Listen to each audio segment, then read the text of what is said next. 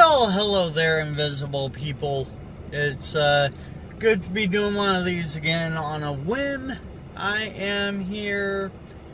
What date is it? It is the February 14th. Happy Single Awareness Day.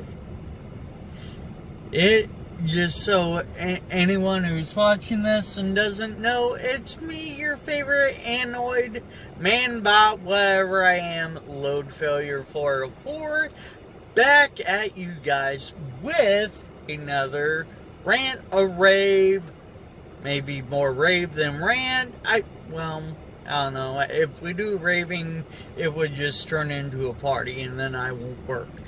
I won't. I'll work on the dance floor.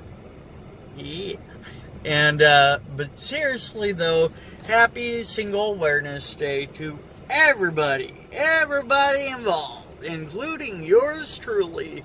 I haven't built myself a female companion yet. Coffee is the best part of waking up. So, today, I'm gonna rant about some government crap. I'm gonna rant some more about a dumb journalist. And I'm gonna rave. Yes, I'm going to rave about NCIS New Orleans. I know. And before I get going, I want to give a shout out to oh God, I can't remember his name, so please forgive me. But the guy who does Egotastic Fun Time, I love watching that guy. I truly do. He's really funny. He's informative, and so, I love how he talks about the Orville and stuff like that. I love it. I really do. So I want to give him a shout out and a congratulations to him going full time. Yes, ladies and gentlemen, I'm not gonna do a thing or whatever. Go look it up. Go look up his last few videos that he's done. He actually quit his job to go full time, and I think that's just fantastic. I really do. And so, like I said, I want to give a shout out and congratulations to him on basically succeeding, where a lot of us are still trying to get to.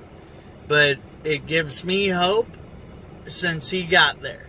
So, with that out of the way, let's talk about NCIS New Orleans for 5 minutes, because I have to get back into work, because I'm doing this on my break, so it'll be kind of split up a little bit, choppy, but it'll be good. And so anyway, NCIS New Orleans, oh my gosh. Okay, if you guys have not watched this show, I give it a try. I'm not saying it's my favorite, but if it's on and I have nothing to do, I'll watch it. And that's just kind of how I am. I'm not really that much of a TV guy. I have my shows that I'm really into, like The Orville and Star Trek, not Discovery. By the way, I'll talk about that later. The one episode of Season 2 that I actually watched, the only version that CBS put on YouTube. Yeah. So, anywho, people are... Is it that time? No, it's not. Y'all going in early. Come on. So, anyway, you'll never get... Oh, yeah, I was talking about what it's about. So, basically, it's NCIS, their naval investigation branch that looks into crimes like murders and things like that. Right. The head of this is none other than our favorite Scott Bakula. Oh my gosh, I love that guy. I loved him in Quantum Leap, except when he played a woman. That was kind of weird for me, but that's me. Okay, and that's my opinion. That's how I feel. Whatever. Doesn't diminish his performance or anything like that. And he was also Captain Archer of the NX-01 Enterprise. Yes, ladies and gentlemen. And then he took up a role as the lead investigator or whatever for NCIS New Orleans. And if you've not seen it, I suggest that you watch it. It's really good. And I have to go, sadly enough. So I will cut this and I will return to this. I promise. Bye-bye. Bye-bye now. Alright, and I'm back. Yeesh. So, as I was saying, NCIS New Orleans. So, we got Scott Bakula as the main guy. I don't watch that often, so I don't know names. I'm sorry, guys, but I don't. Then we have, that's the only person from Star Trek on that show until the recent one. The recent one, however, we had a visitor from not the 22nd century, not the 23rd, but the 24th. Yes, ladies and gentlemen, Lieutenant Commander Geordi LaForge. Yes, he played an agent on NCIS New Orleans.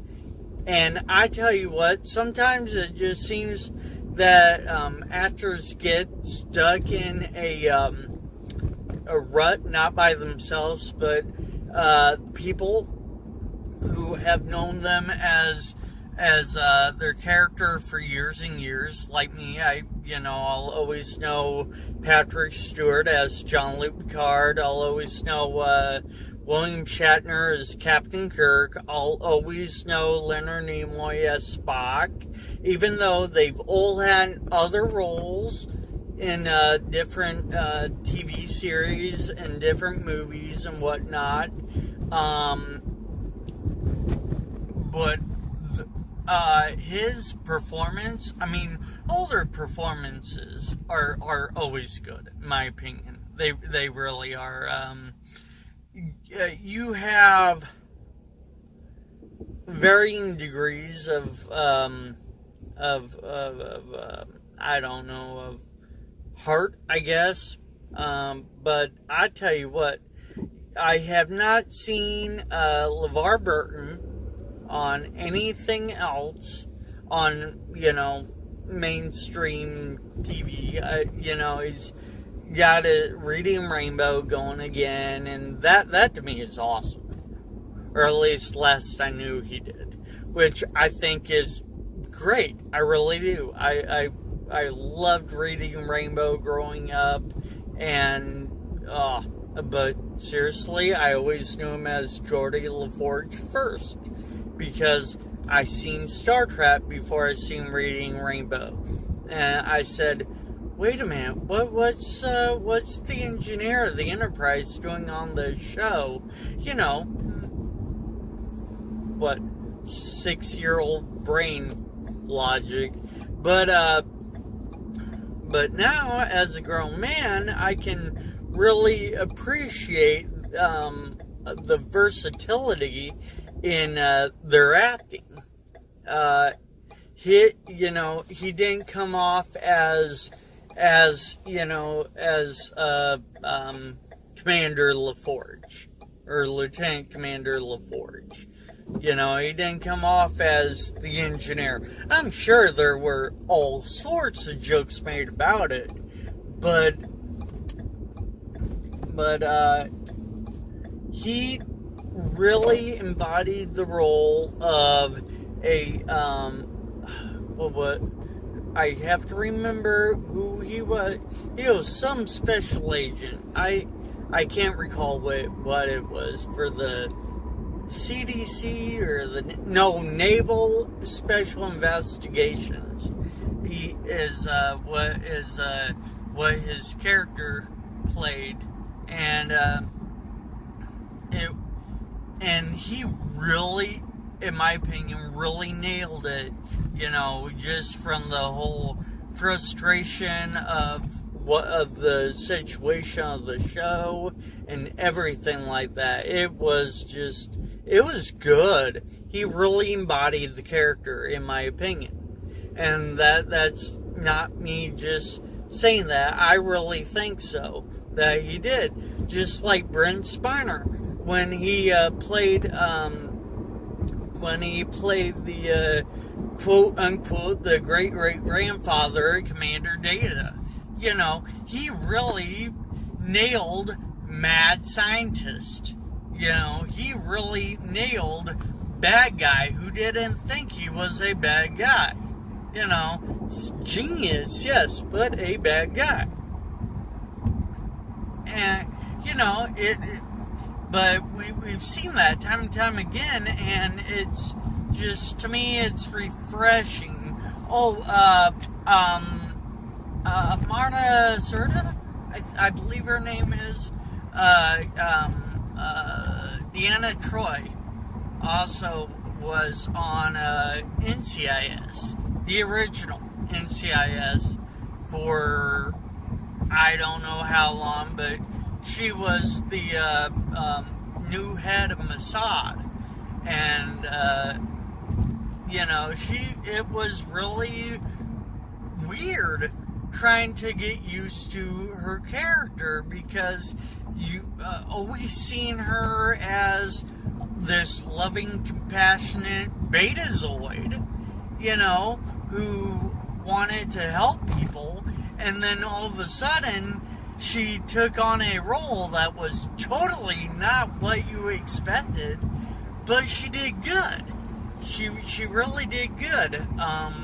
But my point is, though, is that I love seeing all my childhood heroes going on to do other things. Going on, and they are still doing their thing. They're acting, and they're really acting. I mean, it's like I don't know. It's just really interesting when you go to a Star Trek convention and you see all your childhood heroes on stage, and they are just cut-ups. They are crazy funny. They're just goofy, and like, I don't know. It's just really funny to see them actually being who they are, I guess, and then you see them on the screen and they just take up these personalities and whatnot, and you're like, wow, okay. I don't know, that but like I said, that was a really, really good episode.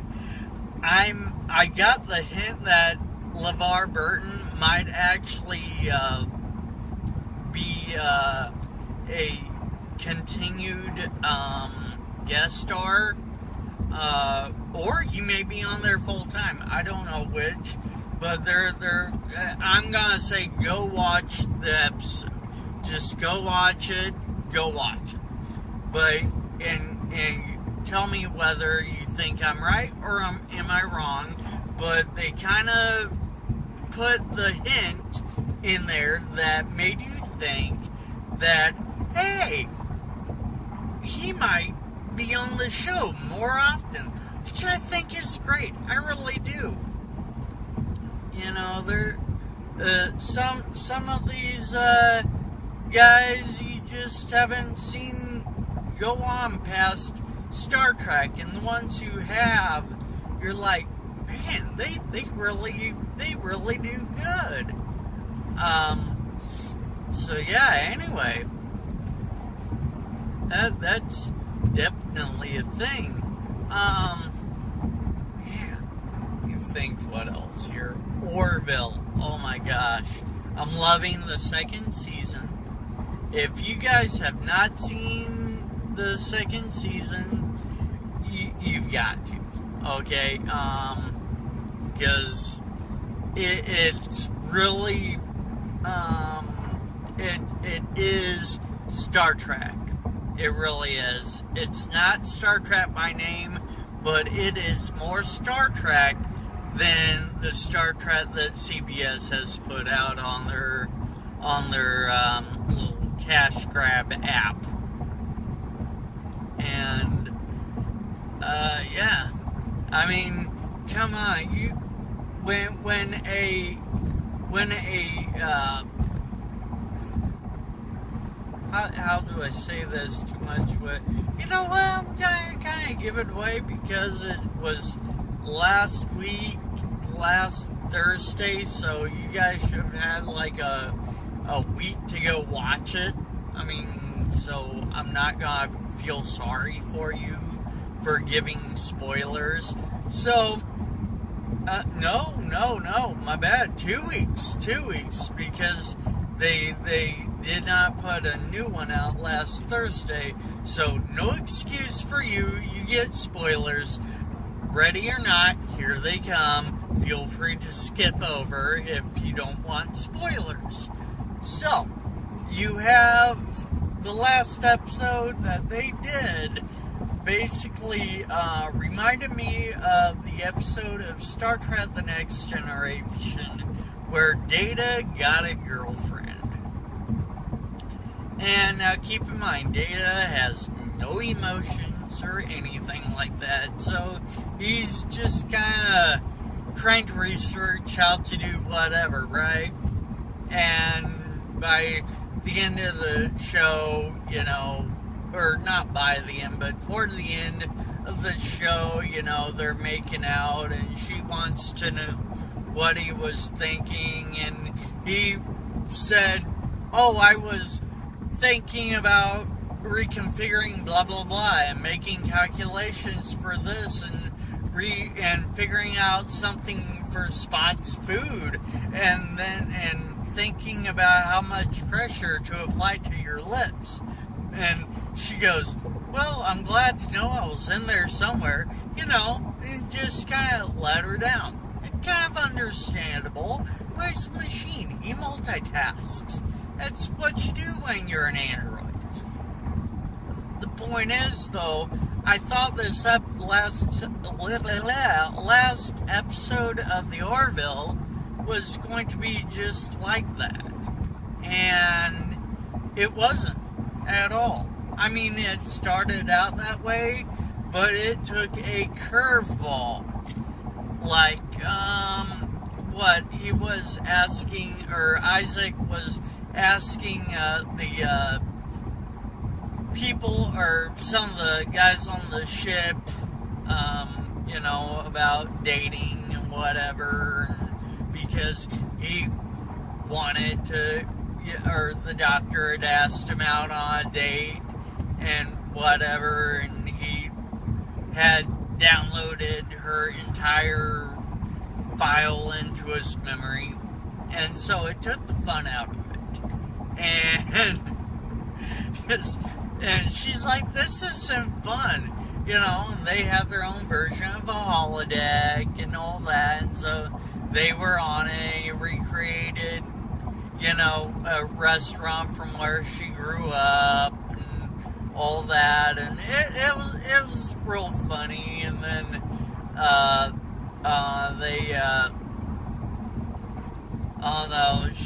it didn't spark anything, and so he didn't understand why, and so he kind of figured out that, hey, I gotta make things kind of interesting, or you know, kind of interesting, where I learn about you, you learn about me. So he deletes her file from his memory, not everything about her, just, you know, her file that he downloaded. And then she had made some comment about that she can't even kiss him and whatever. Oh, I remember what it was now.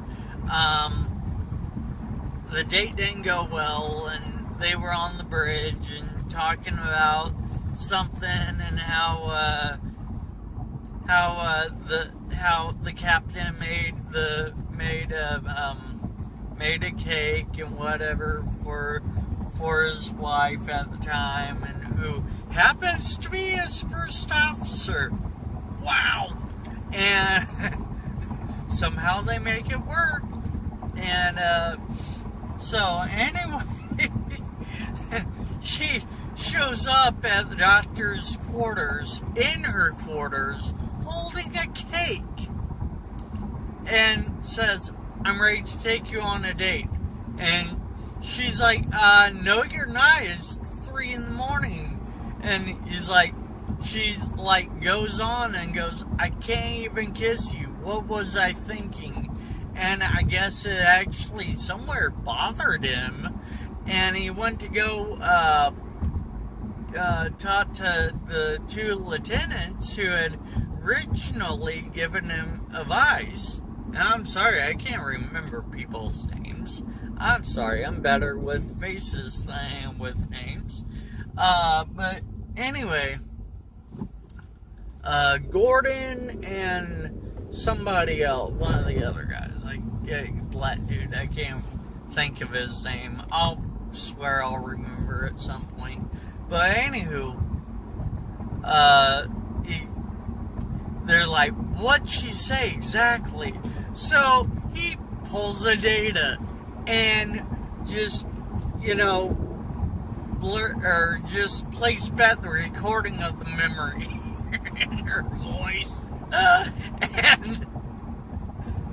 And Gordon's like, "Wow, remind me never to tell you anything intimate." And guy goes, "I think I have an idea. Because, you know, I can't kiss you. What was I thinking?" So basically, they program a simulation to go over Isaac's body, which is big because he's a robot, not an android. And so he calls the doctor to meet him, you know, at the it's not a holodeck, it's what do they call it, a simulator room. And so she shows up and whatever, and yeah, he deletes the thing a file from his memory, and he shows up as the actual guy who plays Isaac. And so they wind up having a great time and having, well, you can guess where it goes from there. And yeah, he was like, "Oh, well, I think I'm done with my research," not taking into consideration that what he had done was a one-night stand, which, you know, is kind of one of them weird sticky things if you're both not agreeing to it. And him being a robot, not understanding, you know, emotions or social cues or whatever, yeah, just kind of broke it off. And yeah, and then then it just kind of went downhill from there. Basically, at the end of the show, or toward the end of the show, he realizes that he works better with her than without her. In other words, the robot equivalent of saying, I'm better with you than I am without you. So, he talks to the captain. The captain's like, well, you gotta be creative. And which he was, very creative. And, basically, the Doctor and Isaac are now a couple? Yeah. Anywho, so, yeah, that's kind of where we're at. That's gonna be really interesting. It took a big curveball, and I like that. I like that about that show. I like the fact that it's got elements of Star Trek, but it says this is what people would really do in this situation. This is the goofiness that ensues on the off time. So, let me think, what else here? So, I put that out there to talk about Star Trek Discovery, the second season, the first episode, the only episode that I'm going to watch. I watched the first season, first episode. They didn't hook me. Second episode, or sixth season, first episode, still didn't hook me. It intrigued me, but didn't hook me. I'm not paying. Put it on fucking cable. Excuse my language, but put it on cable. So,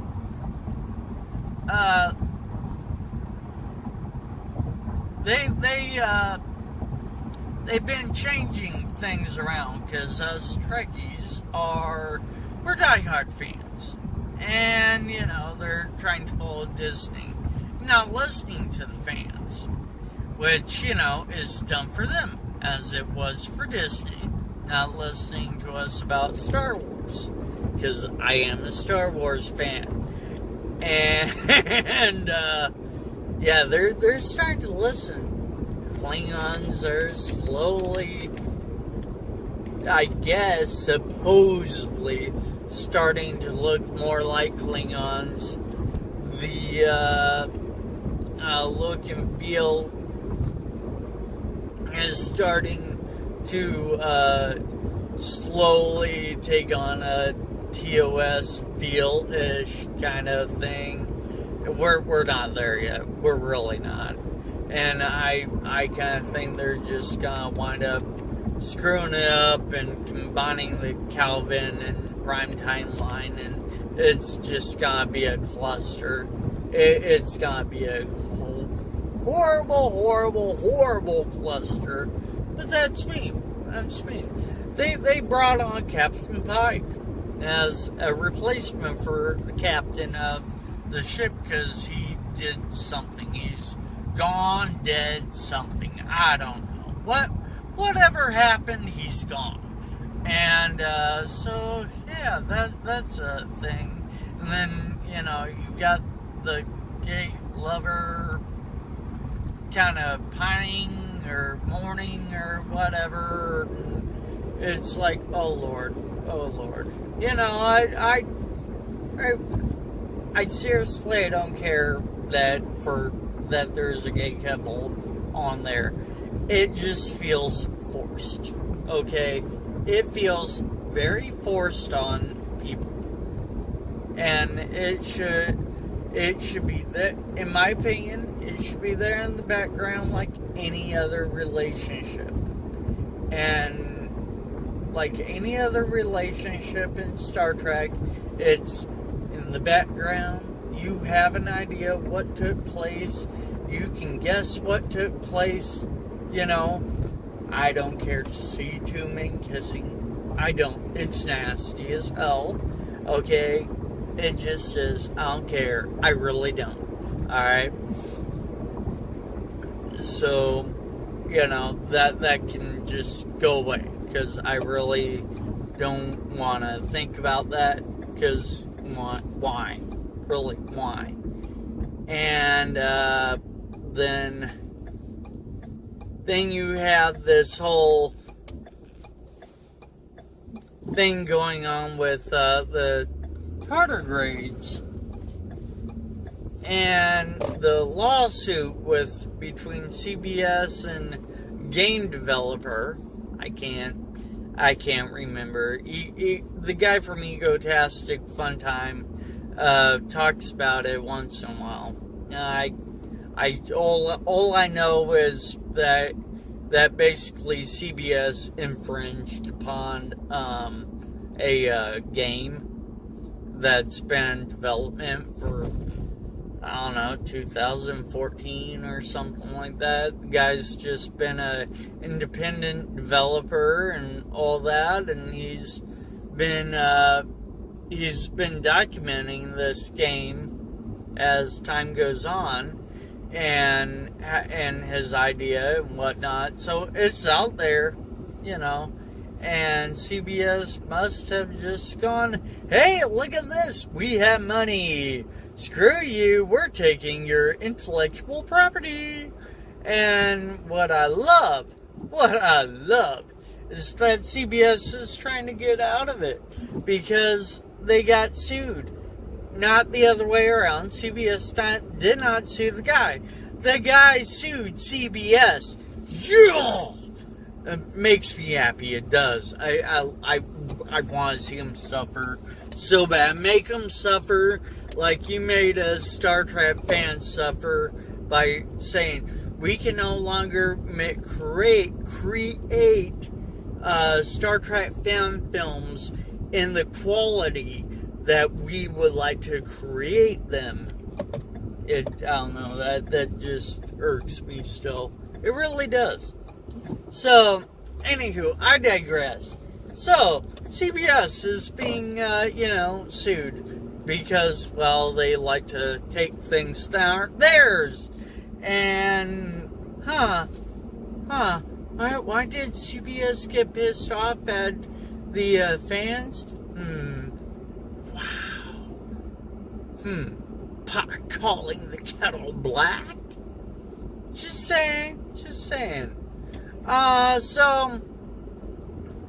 So anyway, they're getting sued. And the judge says, oh, by the way, give them access, talking to CBS, give them access to everything they ask for. And doesn't say that's the same for CBS lawyers. Which basically means that the judge kind of sees merit and what's going on. CBS tried getting it tossed out. The judge didn't know why they wanted it I can't talk. Words are hard. They didn't know, or the judge didn't know why they wanted it tossed out when the suit has merit. It has a lot of merit. So, that's kind of where we're at. I'm hoping they win. I'm hoping that he doesn't cave and just let CBS buy the rights to the game, because in my personal opinion, that's caving. I want to see Star Trek be Star Trek again. I do. Let me think. So, the first episode of the second season, we basically find the Enterprise crippled. The Enterprise that they came up with kind of looks like something they were doing from Phase 2, which is a really, really cool design. It's cool. I don't know that I'm really fond of them having the plasma going up the nacelles, but whatever. Not nacelles, kill me later. the nacelle pylons, but hey, whatever, right? I'm assuming it's plasma.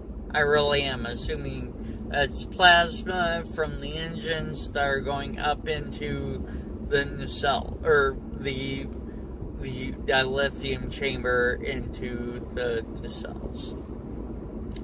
But anyway, supposedly Pike took over that the Discovery because the Enterprise was damaged, and yeah, apparently it was damaged, had to go back to space dock or dry dock to have repairs done, and in the meantime he was to take command of the Discovery, and basically something about the Klingons were doing something and whatever. So, I mean, it was an interesting thing. It really was, but it's nothing that makes me say I want to pay money, extra money, to CBS All Access. In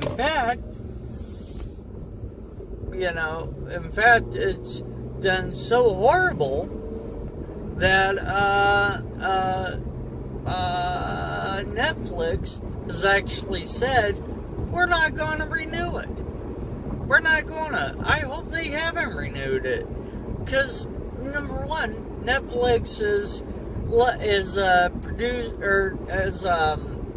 shooting the Star Trek outside the U.S.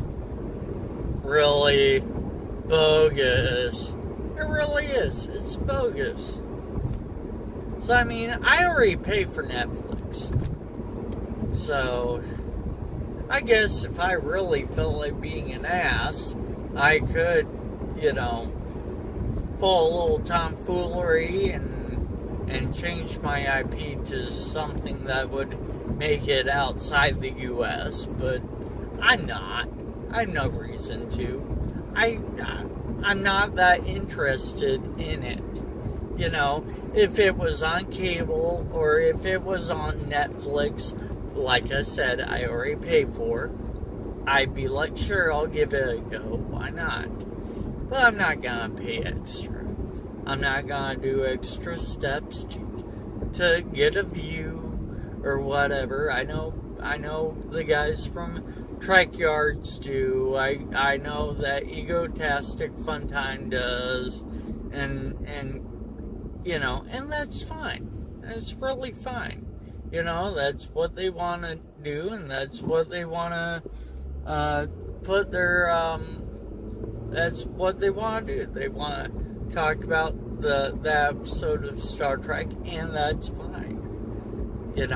But, as for me, I have no interest in it. They screwed up the Klingons. They done screwed up a lot of things. They introduced us to the Mirror Universe, 10 years or so before we even found out about the Mirror Universe and TOS. I mean, they're just breaking canon left and right. And it irks me. I just go, why? Why do you people do this? So, yeah. So, I kind of just jumped right into it, I guess. We have today, before we find out if there will be another government. Oh, Lord Jesus, I can't talk. My lips, they don't work. So anyway, we have till the end of today to find out whether an agreement between the Democrats and President Trump can be made. for a budget. Something that will be conservative, something that will basically give us this money that we need to invoke security along our borders. If you don't agree with me, that's fine. But please don't hate on it. All right. But we have to do something. It's kind of like the way I see it is open borders. Okay, does that mean that when we put prisoners in a prison, we shouldn't have walls?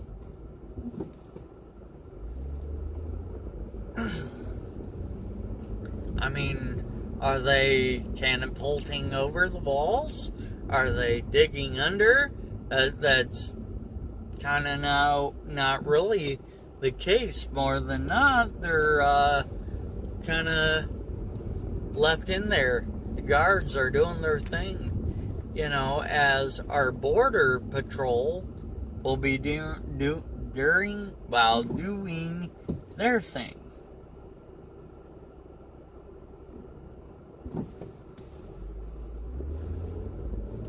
And that's my opinion. People can disagree with it. And it's not even a concrete wall. It's just, it's iron fencing. That's all it is. And it's very effective stuff from what I have come to understand. So, hey, I'm all for it. I really am. I'm for, let's secure our borders. Let's just batten down the hatches. If people want this country, there's a way to do it. And, it is perfectly legal, and they should do it.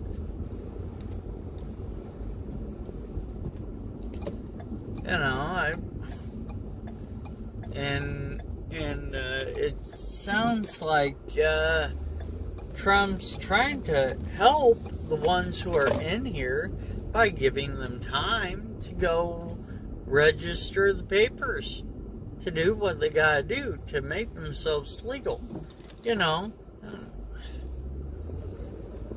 So, that's where I'm at. Also, I kind of find it very comical to watch Nancy Pelosi squirm. It's so fun. It really is. She's a bitter old woman who just needs to be put in a restraint jacket and, put away. Her and Chuck Schumer. Yeah, Chuck Schumer. And, seriously, those are strictly my opinions. Granted that a lot of these opinions I hold, about everybody else with half a mind to see what's actually going on in our country would be hard pressed not to agree.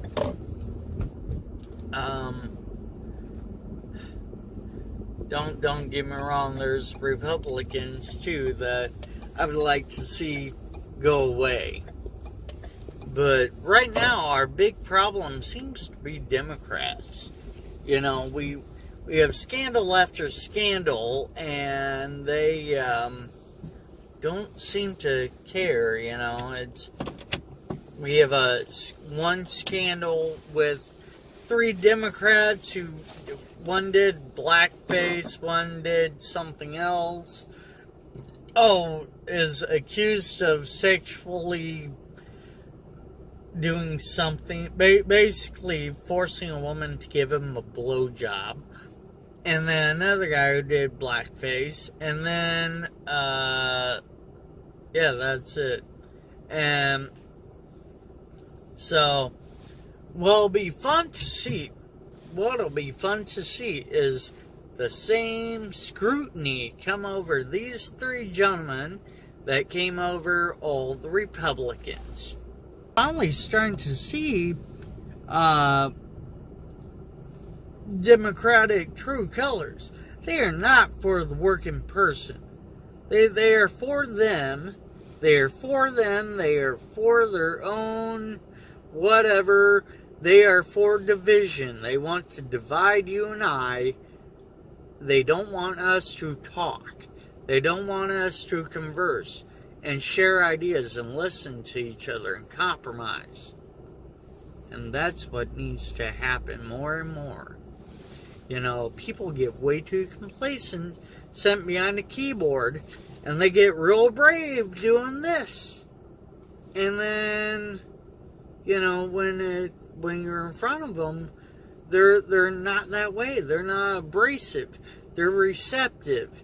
And that's what this technology is great to a point. Trust me, I love technology. I build technology. I work with it. But social media is tearing us apart. And the powers that be know it, and they're using it to do just that. So I implore everybody to sit down and talk. Don't argue. Don't be defensive. And it's hard to do. I admit it. I'm that way too sometimes. But talk. Hear each other's points. You know, it's a lost art is what it is. Alright guys, I'm done driving. Yeah, I'll be back in a little bit with the rest of this. Let's see. I recently heard of a shirt that had what did it have on it? Fake news. That was the simple phrase it had on it, fake news. And the shirt was sold by Bloomingdale's. And I find it funny that a journalist, supposedly, was walking through and seen it and felt so offended. Oh my Jesus Christ, why? Like, just get over it. Anyway, so this woman files a complaint and says, oh, this shirt delegitimizes journalists. Well, the only one who would be delegitimized, in my opinion, would be the one bringing the fake damn news. So there you are.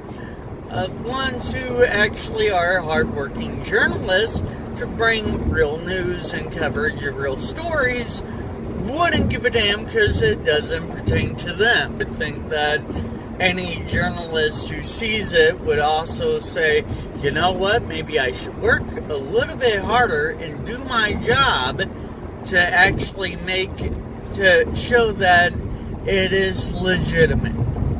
I don't know, that's kind of my thought. So, you know, so she calls up Bloomingdale's, blah, blah, blah, right? Oh, we're so sorry for the offense, is what Bloomingdale basically tells her. Now, number one, we've had this bullshit going on since before Obama. Alright? And I don't get it. I mean, it's the whole politically correct, you're offended, I'm offended. Guess what? I'm offended that you're offended. Alright? I'm offended that you're offended.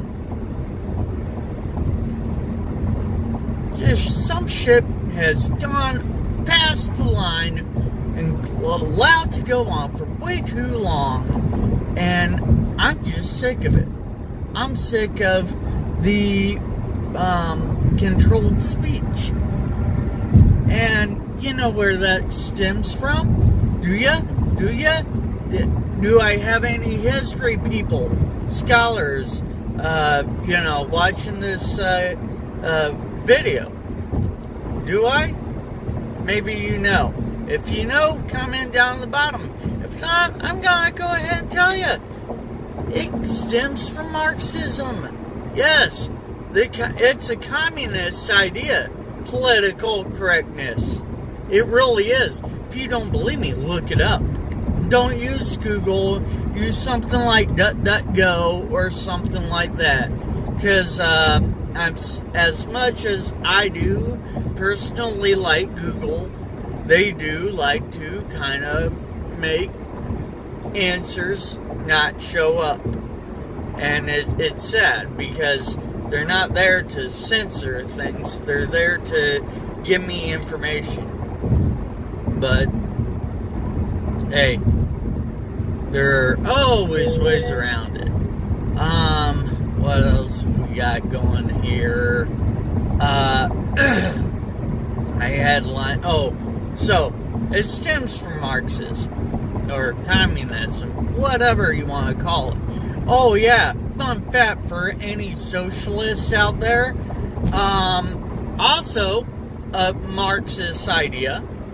Yes, Karl Marx actually introduced the idea of socialism. If you do not believe me, and I encourage this, I really do, fact check. Go ahead, look it up. It really is. It's in oh God, it's early in the morning. Sorry, people.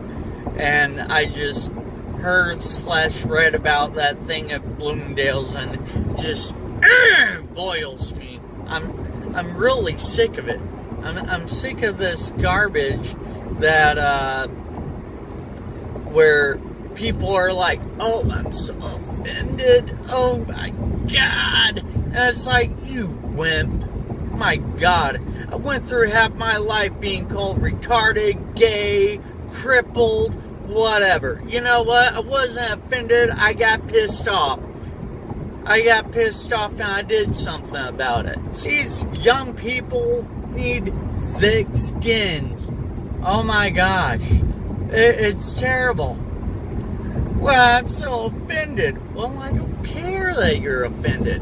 I have a First Amendment right. It gives me the freedom of speech, freedom of expression. If you don't like it, move somewhere where I don't have a constitutional right to speak my mind. Just like now, you guys could probably say, you know what, this guy's off his rocker. You know what, I don't agree with this guy, and that's okay. Why? It's your opinion. It's not okay that you're offended. It's not. I don't have the right to be offended by you. You don't have the right to be offended by me, because we all have that First Amendment right. What needs to happen is a reminder that this country should sit down and talk across the Great Divide, or as I call it, fictitious lines. It really is. It's a divide that's been implanted by God knows who. You know, the powers that be in this country. You know, I don't know their names, but if you've watched the left or the right news, you know what I'm talking about. I at least try to watch both. Yes, I'm conservative in my views, okay? But I think middle of the road is okay, you know? To go one extreme or the other, that's just, it's goofy. There is no reason to go extreme. All things in moderation. All things. That includes porn. Oh, did I say that loud? And No, but seriously though, all things in moderation. And just, it after seeing where we've been, since probably the early 2000s, where we've started to go, this is stupid. Why are we allowing ourselves to go down this road? We got people introducing socialism, and they're trying to introduce it as not full socialism. Well, I'm sorry, have you not looked recently? I'm not talking in the past, I'm talking recent history about where countries have wound up who've introduced socialism. Yes, okay. A utopia such as that would be great, where I'm working for the betterment of my fellow man. Okay, I'm a Trekkie. I've watched Star Trek. Yes, I would love that so much. You have no idea, right? Where my work goes to better you. But instead, what socialism in reality would do is take money that I make and give me not a choice to give it to you. Now, if you're not working, I'm just saying, if you're not working, whatever, it should be my choice whether I give money to a charity or whether I choose to feed the homeless, whether I choose to do whatever, And instead, what socialism actually does is it takes away your choice. And it says you have to work hard for the good of the government, for the good of the people. The government will decide. I'm sorry, the government doesn't decide. It really doesn't, and it shouldn't. Don't get me wrong. We have social services and